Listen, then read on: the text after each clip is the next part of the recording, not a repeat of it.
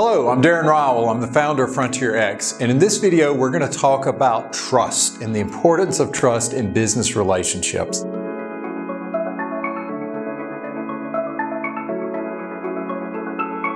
Now, I've worked with leaders around the world, and anywhere I've ever worked, trust has been universally understood to be critical for business success. At the same time, everywhere I've worked, it's been something that most organizations struggle with at some level or another.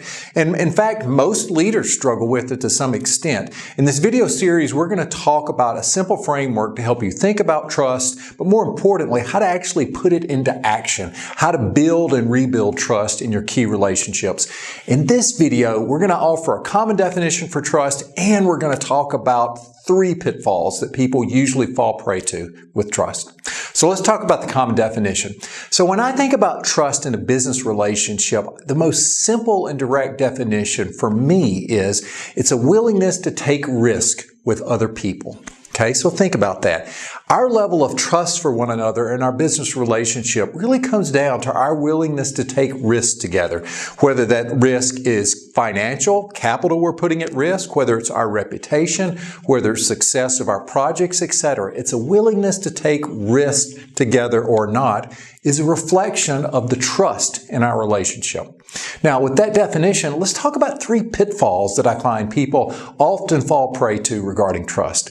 The first is that there's a belief that there's a common definition of what trust means and what it looks like in practice. And that's logical because I just said that having worked with leaders around the world, everyone universally agrees trust is important.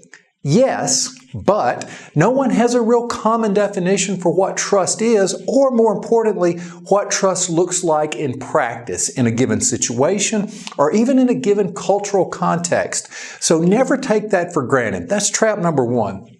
Trap number 2 is that trust is static, meaning that once you have trust with someone, you've got it forever. When in fact, trust is very dynamic. It's something that you have to always continually cultivate, nurture, and build in relationships. The third and final trap that I see people fall into is believing that trust is transferable. And what I mean by that, you may trust me in one context, but that doesn't mean you should trust me in another context. So let's say that you trust me to come in and be your executive coach or to work with your leadership team in development areas. Does that mean you should also trust me to do your financial planning?